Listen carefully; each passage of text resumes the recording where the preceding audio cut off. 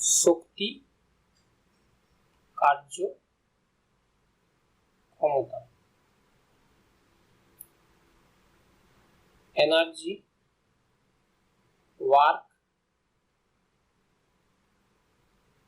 পাওয়ার।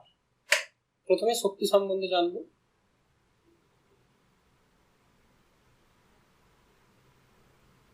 শক্তি বা এনার্জি, প্রথম সেটা হচ্ছে সংস্থা বা ইংরেজিতে বলা হয় সিস্টেম। তারপর শিখবো পরিবেশ, যেটাকে বলা হয় এনভায়রনমেন্ট। তারপর শিখবো শক্তির আদান প্রদান, এনার্জি ইন্টারাকশন, ক্রিয়া প্রতিক্রিয়া, ইংরেজিতে আমি বলবো এটাকে অ্যাকশন রিঅ্যাকশন ফোর্স বলা হয়, কিন্তু আমি এটাকে অন্য নামে ডাকি, ফোর্স ইন্টারাকশন। প্রথমে সংস্থা কাকে বলে? দুই বা ততোধিক বস্তুকে যখন এক জায়গায় নিয়ে নেব, সেই দুই বা ততোধিক বস্তুর সমষ্টিকে আমরা বলবো সংস্থা। যেমন উদাহরণ হিসেবে তুমি একটা বল নিয়ে কাজ করছো, তাহলে ওই বলটাকে আমি সংস্থা বলতে পারি। অথবা বল এবং পৃথিবী দুটোকে নিয়ে আমি একটা সংস্থা তৈরি করতে পারি। এই সংস্থা দু রকমের হয়। একটা হচ্ছে বিচ্ছিন্ন সংস্থা, যেটাকে আইসোলেটেড সিস্টেম বলা হয়। একটা হচ্ছে বিচ্ছিন্ন সংস্থা, আর একটা হচ্ছে অবিচ্ছিন্ন সংস্থা। পরেরটা যেটা আসছে সেটা হচ্ছে পরিবেশ বা এনভায়রনমেন্ট। সেটা হচ্ছে সংস্থাটাকে বাদ দিয়ে বা সংস্থাটা যার সঙ্গে ইন্টারঅ্যাক্ট করে সেই অংশটাকে আমরা বলবো পরিবেশ বা এনভায়রনমেন্ট। যেমন ধরো একটা বস্তু আছে, এই বস্তুটাকে আমি যদি এখন সংস্থা ধরে নিই, তাহলে এই বস্তুটাকে পৃথিবী করছে কি না, এর উপর বল প্রয়োগ করছে, মহাকর্ষীয় বল, সেটা আমরা শিখেছি। তাহলে এর সঙ্গে ইন্টারঅ্যাক্ট করছে কে না, পৃথিবী। তাহলে এখানে পৃথিবীটাকে না বস্তুটা বাদ দিয়ে বাদ বাকি অংশ, ঠিক আছে, সেই বাদ বাকি অংশটা এটাকে আমরা বলবো পরিবেশ বা এনভায়রনমেন্ট। এরপর আসছি শক্তির আদান প্রদান, ইন্টারঅ্যাকশন। ইন্টারঅ্যাকশন মানে টু ওয়ে কমিউনিকেশন, সেটাকেই বলা হয় ইন্টারঅ্যাকশন। যখন সংস্থা এবং পরিবেশের মধ্যে শক্তির আদান প্রদান হবে, দেওয়া নেওয়া হবে, তখন শক্তির যে দেওয়া নেওয়ার পদ্ধতিটা, এটাকে আমরা এক কথায় বলবো শক্তির আদান প্রদান বা এনার্জি ইন্টারঅ্যাকশন। ওয়ান ওয়ে হলে হবে না, টু ওয়ে করতে হবে। এরপর ইন্টারঅ্যাকশন দু রকমের হয়, একটা হচ্ছে এনার্জি ইন্টারঅ্যাকশন, আর একটা হচ্ছে ফোর্স ইন্টারঅ্যাকশন। অর্থাৎ ফোর্স ইন্টারঅ্যাকশনের কনসেপ্টটা আসছে ক্রিয়া প্রতিক্রিয়া। আমি বলেছিলাম যে পৃথিবী এই বস্তুটাকে যদি মহাকর্ষীয় বলের দ্বারা টানে, তাহলে এও পৃথিবীকে করবে কি মহাকর্ষীয় বলের দ্বারা টানবে। তাহলে এক্ষেত্রে কি হয়েছে, এই যে বলটা ক্রিয়া প্রতিক্রিয়া বল, আর যদি এদের মধ্যে শক্তির আদান প্রদান হয়, তাহলে সেই শক্তির আদান প্রদানটা হবে এনার্জি ইন্টারঅ্যাকশন। এখানে বল সম্বন্ধে দু রকম ভাবে ক্লাসিফিকেশন করব আমরা। একটা অলরেডি করে দিয়েছি, সেটা হচ্ছে একরকম ক্লাসিফিকেশনে বলকে দুটো ভাগে ভাগ করা হয়েছিল। একটা ভাগে ছিল তোমার ফোর্সেস অফ কনস্ট্যান্ট বা স্পেশাল টাইপ অফ ফোর্স, যেটা ইচ্ছা বলতে পারো, যেখানে টান বল, ঘর্ষণ বল এই ধরনের ছিল। আরেকটা টাইপে ছিল ফান্ডামেন্টাল ফোর্স বা মৌলিক বল। এই চ্যাপ্টারে আমরা বলকে যে ক্লাসিফিকেশন করব সেটা দু রকম ভাবে করব। একটা রকমে থাকবে অভ্যন্তরীণ বল বা ওটাকে বলা হয় ইন্টারনাল ফোর্স, আরেকটাকে বলা হয় বাহ্যিক বল বা এক্সটার্নাল ফোর্স। আরেক রকমের ক্লাসিফিকেশন হচ্ছে যে সংরক্ষী বল বা কনজারভেটিভ ফোর্স, আর দ্বিতীয় হচ্ছে অসংরক্ষী বল বা নন কনজারভেটিভ ফোর্স। প্রথমে আসি অভ্যন্তরীণ বল। ধরো দুটো বস্তু আছে, এখানে ধরো দুটো বস্তু আছে, তারা পরস্পরের সঙ্গে সূত্র দিয়ে যুক্ত। আমি বলছি এ আর বি এই দুটো মিলে একটা সংস্থা তৈরি হয়েছে। ফ্রি বডি ডায়াগ্রাম যদি আঁকি, এদিক বরাবর এমবিজি, এদিক বরাবর এমএজি, এদিক বরাবর নর্মাল ফোর্স, এদিক বরাবর নর্মাল ফোর্স,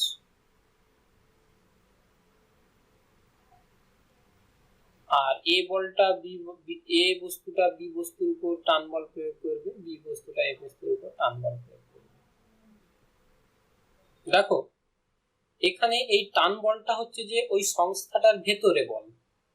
হ্যাঁ, এরপর দেখো এই যে টান বল যেটা আছে টি বলটা, আমি দুটোকে সমান ধরে নিচ্ছি, এটা দেখো বস্তুর অভ্যন্তরের ব্যাপার, অর্থাৎ ওই সাদা গোলটা, সাদা যে গোল এঁকেছি সিস্টেমটা, ওই সিস্টেমের ভেতরে আছে, সিস্টেমের বাইরে কেউ নেই। তাই এই বলটার আমি নাম দেব অভ্যন্তরীণ বল। সাদা রঙের যে বলগুলো যেমন হচ্ছে যে মহাকর্ষীয় বল, লম্ব বল, এগুলো দেখো সাদা রঙের বাইরে অ্যারো সাইনটা দেওয়া আছে, মানে বাইরের কেউ বস্তু বা কেউ কিছু তার উপর প্রয়োগ করছে, তাহলে সিস্টেমের বাইরে থেকে এই বল প্রযুক্ত হচ্ছে বা এই বল বাইরে থেকে এসেছে। তাই এটাকে নাম দেব বাহ্যিক বল। আমি আরেকটা উদাহরণ দিই, এটা ভূমি, তুমি ধরো ছাদ থেকে একটা বলকে ফেলে দিয়েছো, আমি কাকে সংস্থা চুজ করব? আমি সংস্থা চুজ করছি পৃথিবী আর ওই বলটাকে। তাহলে পৃথিবী আর বলটা যদি চুজ করি, তাহলে পৃথিবী বলের উপর মহাকর্ষীয় বল প্রয়োগ করবে এবং বল পৃথিবীর মহাকর্ষীয় বল প্রয়োগ করবে। এটা ক্রিয়া প্রতিক্রিয়া বল। দেখো সংস্থাটার অভ্যন্তরে, এই ক্ষেত্রে হচ্ছে যে এটা অভ্যন্তরীণ বল। তা ডিপেন্ড করে যাচ্ছে আমি সংস্থা কিরকম করে চুজ করছি, সংস্থার চুজ করার উপর নির্ভর করে যাবে। এরপর আসছে শক্তি বা এনার্জি। প্রথমত শক্তি কি? শক্তি হচ্ছে একটা ভৌত রাশি বা ফিজিক্যাল কোয়ান্টিটি। সেই ভৌত রাশির দুটো ধর্ম আছে, একটা হচ্ছে সেই ভৌত রাশি রূপান্তর হতে পারে, ট্রান্সফর্ম, আর সেই ভৌত রাশি স্থানান্তর হতে পারে, ট্রান্সফার। উদাহরণ হিসেবে বলি, তাপবিদ্যুৎ কেন্দ্রে কি হচ্ছে? তাপ শক্তি তড়িৎ শক্তিতে রূপান্তর হচ্ছে, ঠিক? তাহলে এখানে কি হচ্ছে? শক্তির রূপান্তর হচ্ছে। স্থানান্তর হিসেবে উদাহরণটা হচ্ছে যে দুজন লোক আছে একটা নির্দিষ্ট দূরত্ব থেকে, তারা পরস্পরের সঙ্গে কথা বলছে, তাহলে সেখানে শব্দ শক্তি, একজন লোক শব্দ শক্তি তৈরি করলো আর অন্য লোক করছে কি অনেক দূরে দূরে যিনি আছেন সে ওই শব্দটা শুনছে, তার মানে কি এইখানে শব্দ শক্তিটা একটা জায়গা থেকে অন্য জায়গায় স্থানান্তর হয়েছে। দ্বিতীয় নাম্বার কি? দ্বিতীয় নাম্বার হচ্ছে একটা সংস্থা নিলাম, সেই সংস্থার মধ্যে শক্তিটা তিনটে ফরম্যাটে স্টোর থাকে। কিরকম ফরম্যাট? কাইনেটিক এনার্জি বা গতিশক্তি, পোটেনশিয়াল এনার্জি বা স্থিতিশক্তি, আর ইন্টারনাল এনার্জি বা অভ্যন্তরীণ শক্তি। একটা হচ্ছে কাইনেটিক এনার্জি বা গতিশক্তি, 2 নম্বর স্থিতিশক্তি বা পোটেনশিয়াল এনার্জি, 3 নম্বর অভ্যন্তরীণ শক্তি বা ইন্টারনাল এনার্জি। এরপর যেটা শক্তির স্থানান্তর, মানে একটা জায়গা থেকে অন্য জায়গায় শক্তি স্থানান্তর হবে, অথবা আমরা এখানে কি বলবো? সিস্টেম থেকে এনভায়রনমেন্ট, সিস্টেম থেকে এনভায়রনমেন্ট বা এনভায়রনমেন্ট থেকে সিস্টেমে শক্তির স্থানান্তর পদ্ধতি, ঠিক? তো আমি এখানে একটা স্কেচ ড্র করছি, এটা ধরো আমার সিস্টেম। আচ্ছা, এই সিস্টেমে তিনটে মেকানিজমের কথা আমি এখানে বলবো। দুটো অ্যারো সাইন দিয়েছি মানে আদান প্রদান দুটো হয়। একটা হচ্ছে তোমার যান্ত্রিক শক্তির আদান প্রদান, যেটাকে বলা হয় কৃতকার্য।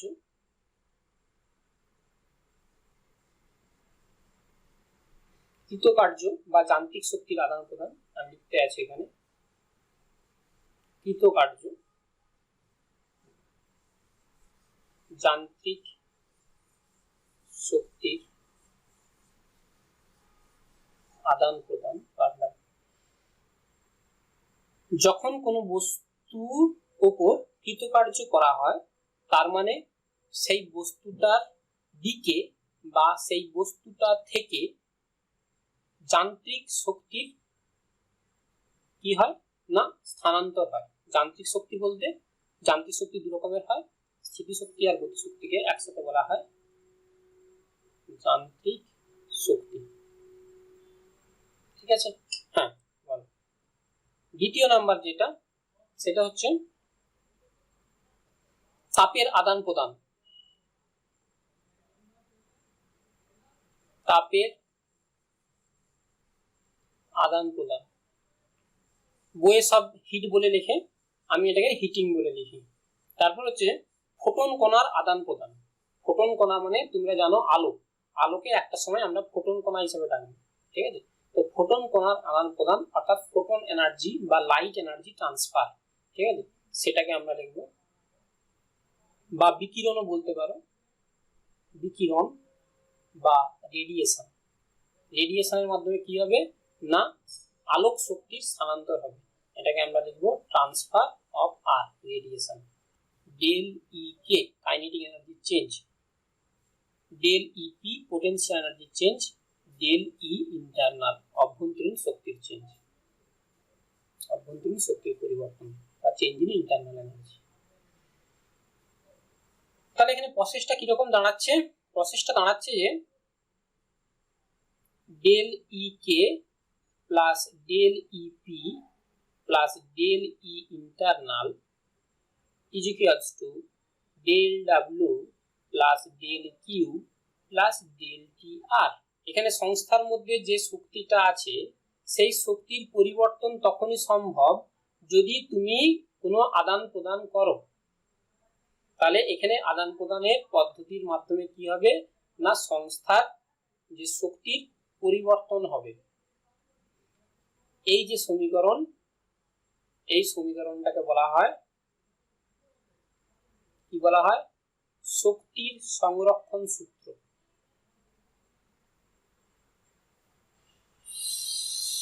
আদান প্রদান করতে পারি, হ্যাঁ কনজারভেশন, আমি কি বলেছি আমি পরিবেশ সিচুয়েশন, হ্যাঁ বলো। ঠিক আছে, del T R transfer via radiation, R for radiation, T for transfer.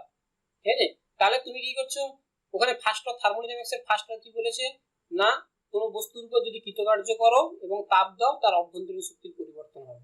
তাহলে আমি এমন ভাবে মেকানিজমকে সেট করব, তোমরা পড়োনি আমি তাই ব্যাপারটা ওখানে খুলে বলতে পারছি না। ওখানে কি করা হয় একটা গ্যাস চেম্বার নেওয়া হয়, গ্যাস চেম্বারের মধ্যে তুমি হিট দেওয়া হয় আর তার উপরে পিস্টন লাগানো হয়, পিস্টনটা মুভ করে মানে ওয়ার্ক ডান কমপ্লিট করে পরবর্তীকালে আসবে। তাহলে ওই সিস্টেমটাকে একটা জায়গায় ফিক্সড করে রেখে দিয়েছি।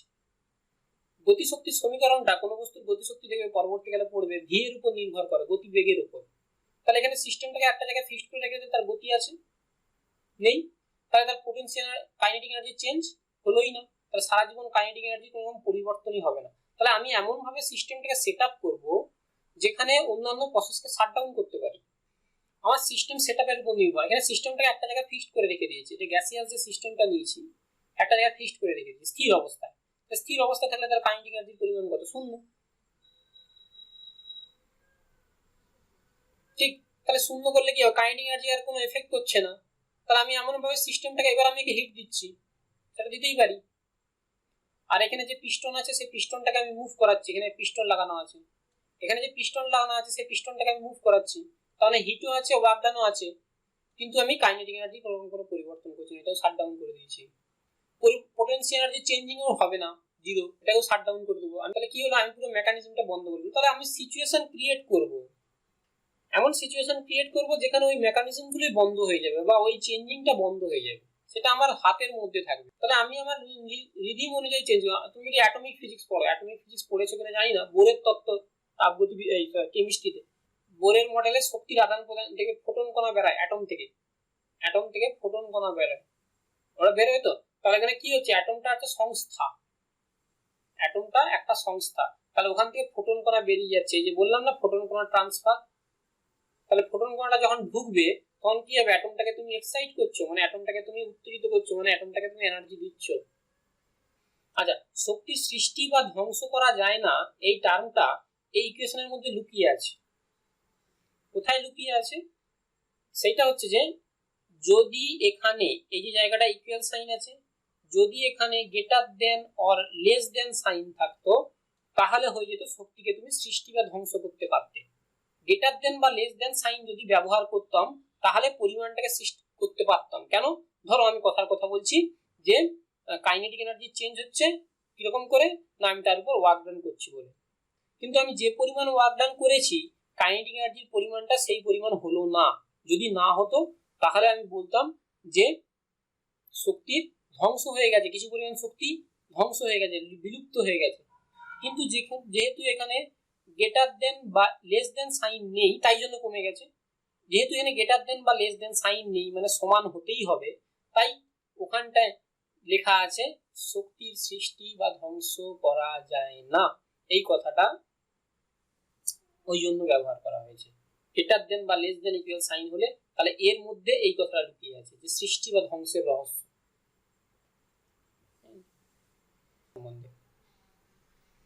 এরপর আমি আসছি কৃতকার্য বা ওয়ার্কিং। কৃতকার্য কি না, এটা একটা ট্রান্সফার ফেনোমেনা, একটা স্থানান্তর প্রক্রিয়া বা একটা প্রসেস, যে প্রসেসের মাধ্যমে কোন এনার্জি ট্রান্সফার হবে না মেকানিক্যাল এনার্জি ট্রান্সফার হবে। এটা হচ্ছে কোয়ালিটেটিভ ডেফিনেশন, ফিজিক্যাল ডেফিনেশন, এটা বোঝার জন্য। আর এর ম্যাথমেটিক্যাল ডেফিনেশন কি না del W is equals to F dot del S. এফটা হচ্ছে যে বল আর ডেল এসটা হচ্ছে যে সরণ। বল এবং সরণের ডট গুণফল সেটা হচ্ছে যে তোমার কৃতকার্য। এবং ডট প্রোডাক্টের অ্যান্সার কি বলেছিলাম, সেটা একটা স্কেলার কোয়ান্টিটি, তাই এক্ষেত্রে কৃতকার্যটা একটা স্কেলার রাশি। দ্বিতীয় নাম্বার কনসেপ্ট হচ্ছে যে কৃতকার্য তিন রকমের, একটা হচ্ছে ধনাত্মক কৃতকার্য বা পজিটিভ ওয়ার্ক ডান, একটা হচ্ছে ঋণাত্মক কৃতকার্য বা নেগেটিভ ওয়ার্ক ডান, আরেকটা হচ্ছে কার্যহীন। ধনাত্মক কৃতকার্যে কি হয়, ধনাত্মক কৃতকার্যের ক্ষেত্রে থিটার মান এই যে এখানটায় কি হবে, এখানটা হয়ে যাবে F into del S into cos into theta. তাহলে এই যে থিটার মানটা less than 90 degree greater than equals to 0 degree যদি হয় তাহলে সেক্ষেত্রে কৃতকার্যটাকে আমরা বলবো ধনাত্মক কৃতকার্য। আর যদি less than equals to 180 degree হয়, greater than equals to 90 degree হয়, তাহলে সেটাকে আমরা বলবো ঋণাত্মক কৃতকার্য। আর যদি theta is equals to 90 degree হয় অথবা এফ ইজ ইকুয়ালস টু 0 হয় আর del S is equals to 0 হয় অথবা বোথ হয়, তাহলে সেই সিচুয়েশনটাকে আমরা বলবো কার্যহীন সিচুয়েশন। এবার সেকেন্ড কনসেপ্ট, যেটা মানে ফিজিক্যালি আমাদের মানেটা বুঝতে হবে। যদি কোনো বস্তুর উপর পজিটিভ কৃতকার্য হয় তাহলে কি হবে না এনভায়রনমেন্ট থেকে সিস্টেমটাতে এনার্জি ট্রান্সফার হবে, মেকানিক্যাল এনার্জি। যদি বস্তুটার উপর নেগেটিভ কৃতকার্য হয় তাহলে কি হবে না বস্তু থেকে পরিবেশে শক্তির স্থানান্তর হবে। যদি বস্তুটা কার্যহীন হয় তাহলে কোনো রকম কোনো এনার্জি ট্রান্সফার হবে না।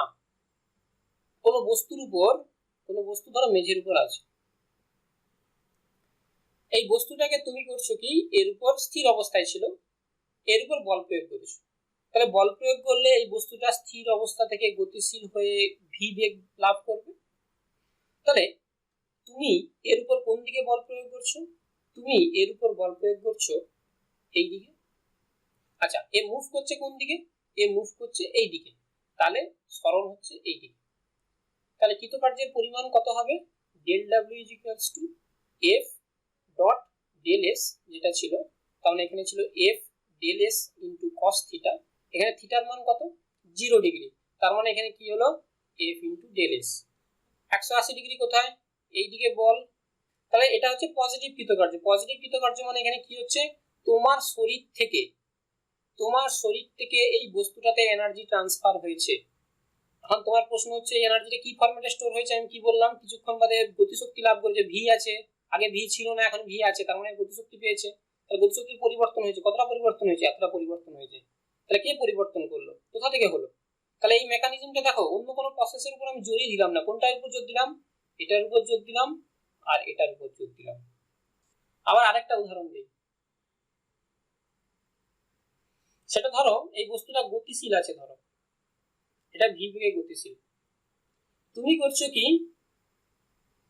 এর উপর বল প্রয়োগ করে, ঠিক আছে, বল প্রয়োগ করে তুমি পিছন দিকে ব্যাক ফুটে হাঁটছো, বল প্রয়োগ করে কি হবে না একে একটা দূরত্ব যাওয়ার পর একে তুমি স্থির করে দেবে। তাহলে এখানে দেখো সাইকেলকে, তাহলে তুমি বল প্রয়োগ করেছো এই দিকে, এর সরণ কোন দিকে হচ্ছে এই দিকে, ডেল এর সরণ, বল কোন দিকে এই দিকে, তাহলে মধ্যবর্তী কোণ কত 180 ডিগ্রি, তাহলে এটা cos ইন্টু 180, cos 180 এর মান কত -1, তাহলে minus F into del S, তাহলে দেখো এখানে কি আছে মাইনাস সাইন আছে। আচ্ছা ঘর্ষণের কথা বলি, ধরো তুমি এবার একটু রিয়েল ফ্যাক্টে আসি, খুব রিয়েল, একবারে মিলে যাবে পুরো। তুমি একটা কোনো বস্তুকে গতিশীল দিয়ে দিয়েছো, ভি বেগ দিয়ে দিয়েছো, তারপর থেকে শুরু করছি আমি কাজটা, কিছুক্ষণ পর কি হবে এটা স্থির হয়ে যাবে একটা জায়গায় গিয়ে, হয়তো স্থির হয়ে যায়। তো এক্ষেত্রে এর উপর কোন দিকে ঘর্ষণ বল কাজ করে, উল্টো দিকে, সরণ কোন দিকে হচ্ছে ডেল এস, তাহলে এখানে কৃতকার্য কত minus of F into del S, তাহলে এখানে কৃতকার্য নেগেটিভ, মানে এই সিস্টেমটা থেকে মানে এই বস্তুটা থেকে শক্তি কি হবে না মেঝেতে চলে যাবে, শক্তি মেঝেতে মাটিতে চলে যাবে, ঠিক আছে। তাহলে এই যে শক্তিটা যে যাচ্ছে তাহলে এখানে কোন কোন শক্তি রূপান্তর হচ্ছে গতি শক্তিটা, এটা একটা সময় স্থির হয়ে যাবে, তার মানে বেগের মান স্থির, মানে এর ভিতরে যে গতি শক্তিটা ছিল সেই গতি শক্তিটা কি হলো হ্রাস পেতে আছে, এবং হ্রাস পেতে থাকলে কি হবে না এক্ষেত্রে হ্রাস পাওয়া এনার্জিটা কৃতকার্যের মাধ্যমে বাইরে বেরিয়ে যাবে। আর যদি 90 ডিগ্রি হয়ে যায়, বললো সুটকেসকে আমি নিয়ে যাচ্ছি মহাকর্ষ বলের প্রভাবে, ধরো তুমি একটা সুটকেস আছে, এটা ধরো সুটকেস আছে, মহাকর্ষীয় বল নিচের দিকে কাজ করছে, এটা সরণ তুমি এদিকে নিয়ে ক্যারি করে নিয়ে যাচ্ছ ভূমির উপর, তাহলে সরণ এইদিকে, তাহলে এই ক্ষেত্রে দেখো এমজি অ্যাকচুয়ালি এখানে খুব ভালো করে বললে মহাকর্ষ বিভিন্ন বল আছে, এক্ষেত্রে মহাকর্ষীয় বলের দ্বারা কৃতকার্য কত হবে না শূন্য হবে, মধ্যবর্তী কোণ 90 ডিগ্রি, cos 90 এর মান শূন্য। আচ্ছা আরেকটা উদাহরণ নেই যেটা তুমি পড়েছো আগের ক্লাসে, সেটা হচ্ছে একটা বস্তু বৃত্তাকার পথে ঘুরছে, ধরো পড়েছো, এদের অভিকেন্দ্র বল কোন দিকে কাজ করে টুয়ার্ডস সেন্টার, কেন্দ্রের দিকে, আর সরণ সর্বদা কোন দিকে হয় না লম্ব হবে, ঠিক আছে। তাহলে মধ্যবর্তী কোণ কত 90 ডিগ্রি, তাহলে ডেল ডাব্লিউ সমান কত 0, তার মানে বৃত্তীয় পথের ক্ষেত্রে তুমি কোন রকম কোন মেকানিক্যাল এনার্জি বা কোন রকম ওয়ার্ক ডান 0, মানে কোন রকম মেকানিক্যাল এনার্জি ট্রান্সফার হয় না সিস্টেমটাতে। এবার শক্তির একক সম্বন্ধে বলি, এখানে শক্তির একক মানে কৃতকার্য এক রকমের শক্তি ট্রান্সফারের কথাই বলা হয়েছে, তাহলে কৃতকার্যের এককও সেম, হিট তাপের এককও সেম, ঠিক সবের একক সেম হয়ে যাবে। তাহলে এসআই একক যেটা নিয়ে আলোচনা করা হয় সেটা এসআই একক কি বলা হয়, এসআই একক হচ্ছে যে তোমার জুল, সিজিএস একক হচ্ছে আর ক্যালোরি। কৃতকার্যের মাত্রা কি হবে, কৃতকার্যের আমি ইকুয়েশনটা লিখে নেই ডেল ইনটু এস, তাহলে এটার মাত্রার সঙ্গে এফ এর মাত্রা কি M L T to the power -2 into S এর মাত্রা কি এল, তাহলে M L square T to the power -2। যখন তুমি কোনো বস্তুকে তাপ দিয়েছো ডেল কিউ সমান সেই বস্তুটার উষ্ণতার পরিবর্তন হয়েছে MS into del theta, M হচ্ছে বস্তুটার তাপ ভর, এস হচ্ছে আপেক্ষিক তাপ, আর ডেল টি হচ্ছে উষ্ণতার পরিবর্তন।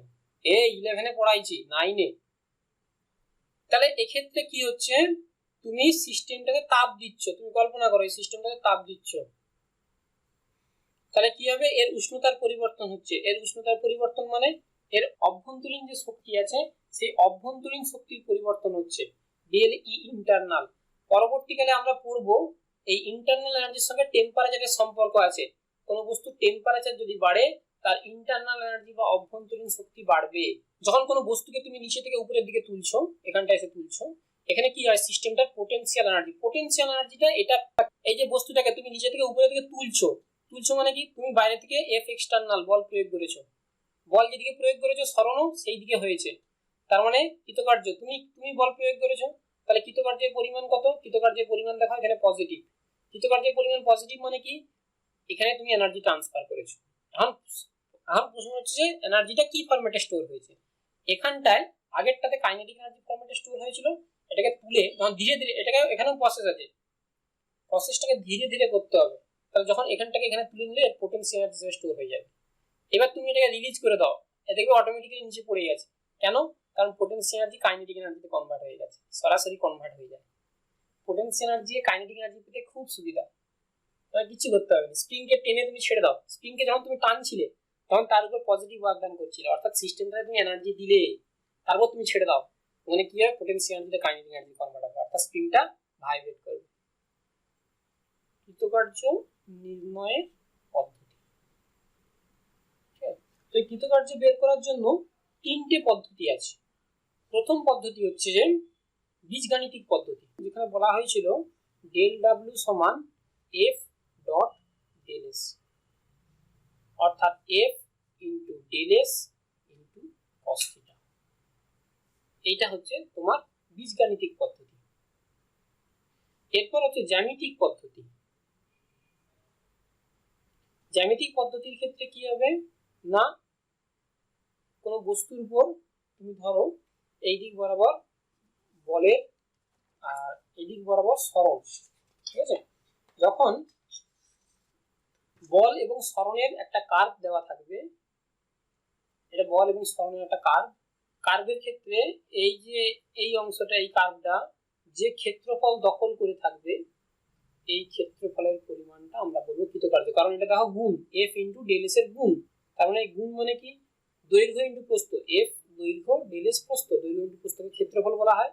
তাহলে এই কার্ভটা এক্স অক্ষের সঙ্গে যে ক্ষেত্রফল তৈরি করবে সেই ক্ষেত্রফলটা দাঁড়াবে তোমার জ্যামিতিক পদ্ধতি। আচ্ছা, আরেকটা হয় সেটা হচ্ছে ক্যালকুলাসের পদ্ধতি, সেটা হচ্ছে ইন্টিগ্রেশন সাইন দিয়ে, del W is equals to integration sign of F dot DS. কোনো কোনো ক্ষেত্রে এক্সটার্নাল ফোর্স বাহ্যিক বল ইন্টারনাল ফোর্সের সঙ্গে সমান এবং বিপরীত হতে পারে। একটা উদাহরণ দিই, ধরো এখানে একটা বস্তু আছে,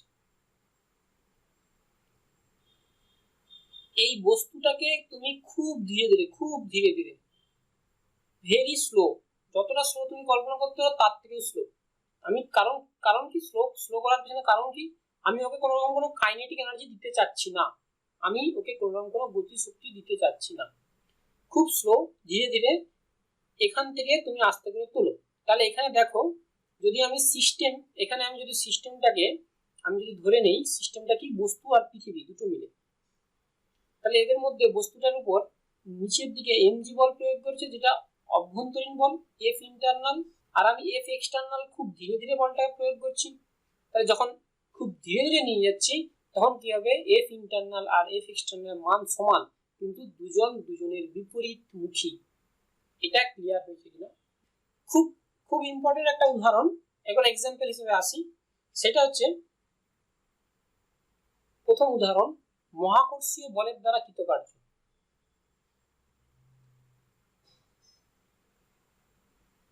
মহাকর্ষীয়, এবার কতগুলো উদাহরণ শিখবো বলের দ্বারা কৃতকার্য। আচ্ছা, এখানে আমি কৃতকার্য কথাটা যখন বলা হয়, খুব ভালো করে যদি আরো অ্যাকিউরেট বলতে চাও তাহলে কোন বলের দ্বারা কৃতকার্য সেটা বলাটা খুব উচিত,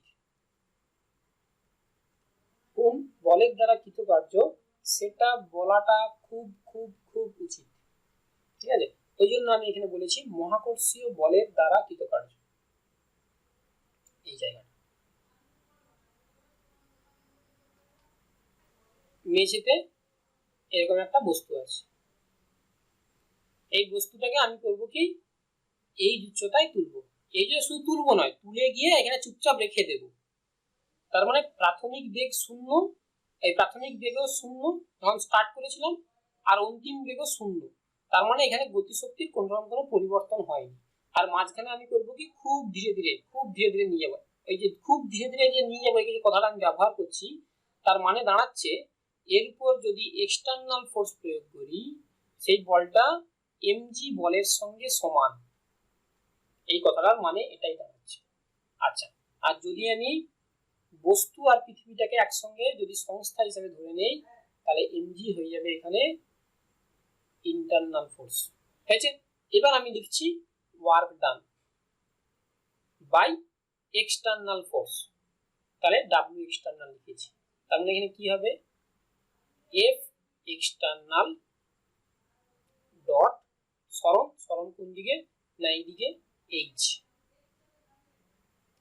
যে এফ এক্সটার্নাল এই বলের মান কত, এই বলের মান MG, MG into H cos theta, মধ্যবর্তী কোণ কত 0, তাহলে কস 0 এর মান 1, তার মানে এটা কি দাঁড়ালো এম জি এইচ। আচ্ছা এবার আমি যদি বলি এটা এক্সটার্নাল এজেন্টের দ্বারা, তাহলে আমি বলতে পারি ইন্টারনাল এজেন্ট, ইন্টারনাল এজেন্ট মানে মহাকর্ষীয় বল, তাহলে এফ ইন্টারনাল ডট এইচ। এখানে ধরো মহাকর্ষীয় বল কোন দিকে এই দিকে, সরণ কোন দিকে উল্টা দিকে, তার মানে এটা কি দাঁড়াবে মাইনাস অফ না MG into H into cos 180 degree, আর কি হচ্ছে minus of M G H, তার মানে del W external is equal to minus of del W internal. এবং মহাকর্ষীয় বলের দ্বারা কৃতকার্যের মান কত এম জি এইচ, সেটা নেগেটিভ হতে পারে পজিটিভও হতে পারে, এক্ষেত্রে কি হচ্ছে নেগেটিভ, নেগেটিভ মানে কি হবে। এবার যদি আমি এই ব্যাপারটাকে অন্যরকম করে ভাবি, তাহলে সিস্টেম এটাকে ধরে নিয়েছি, এটাকে একটা সিস্টেম, শুধু এটাই সিস্টেম ব্লকটাই হলো, তাহলে এক্ষেত্রে কি হচ্ছে এমজিটা বাহ্যিক বল, হ্যাঁ কি না, আর সরণটা এইদিকে হচ্ছে, তাহলে কৃতকার্য কত এমজিএইচ, এবং এটা নেগেটিভ, তার মানে কি হবে ভি বেগে তুমি দিয়ে দিয়েছো, তাহলে মহাকর্ষীয় বলের দ্বারা কৃতকার্যের পরিমাণ কত না মাইনাস, তার মানে কি হবে এখানে এটা থেকে পৃথিবীতে শক্তি স্থানান্তর হয়ে যাবে, যেহেতু বাহ্যিক বল, অভ্যন্তরীণ বলের ক্ষেত্রে অন্য এক্সপ্লানেশন আসবে। একটা নততল নিয়েছি যার উচ্চতা রেখেছি আগের উচ্চতার মতো এইচ, আমি করেছি কি বস্তুটাকে এখন যখন এখান থেকে এখানে তুলেছি তখন কৃতকার্যের পরিমাণ কত এমজিএইচ হয়েছিল, আমি এখানে দেখাবো যে বস্তুটাকে যদি আমি এখান থেকে এখানে তুলি, দুটো বিন্দু আছে এ আর বি, এই দুটো বিন্দুর মধ্যে হাইট এইচ, তাহলে আমি যদি এখান থেকে এখানে সরাই সেটাও কৃতকার্যের পরিমাণ এমজিএইচ হবে, ঘর্ষণ নেই আপাতত ধরে নিচ্ছি আমি।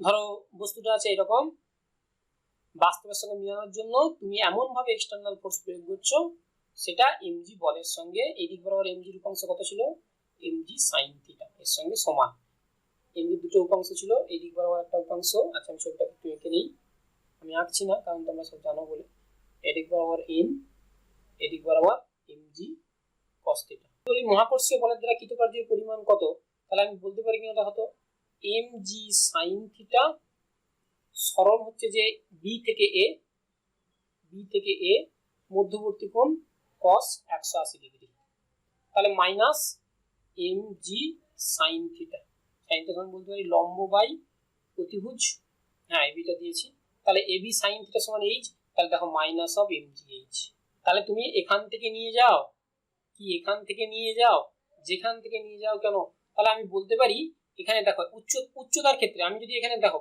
খুব ভালো করে ধরো, এটা এক্স অ্যাক্সিস এটা ওয়াই অ্যাক্সিস, তাহলে ওয়াই অ্যাক্সিস আমি যদি এই পয়েন্ট আর এই পয়েন্ট দুজনের ক্ষেত্রে দেখো ওয়াই এর মান কত 0, আর এই পয়েন্টে ওয়াই এর মান কত না একটা ভ্যালু আছে H, Y equals to H, তাহলে আমি ওয়াই এর দুটো মানে যাচ্ছি, ওয়াই এর মান এখানে একটা মান এখানে একটা মান, কিন্তু আমি আলাদা আলাদা পথে যাচ্ছি, একটা এই পথে গেলাম আরেকবার এই পথে গেলাম, তাহলে দুটো ক্ষেত্রে কৃতকার্যের মান সেম, তাহলে আমি একটা একটা স্থানের একটা জায়গা থেকে অন্য জায়গায় যাচ্ছি এবং ডিফারেন্ট পথে যদি যাই, দুটোর ক্ষেত্রে কৃতকার্যের মান আলাদা আলাদা পথে যদি যাই, সব ক্ষেত্রে যদি প্রথম বিন্দু আর শেষ বিন্দু একই থাকে এবং আলাদা আলাদা পথে যদি যাই এবং সব ক্ষেত্রে যদি কৃতকার্যের মান সেম হয়, তাহলে সেই বলকে আমরা কি বলবো, সেই বলকে আমরা নাম দিয়ে দেবো সংরক্ষী বল, সংরক্ষী বল বা কনজারভেটিভ ফোর্স। তাহলে এক্ষেত্রে মহাকর্ষীয়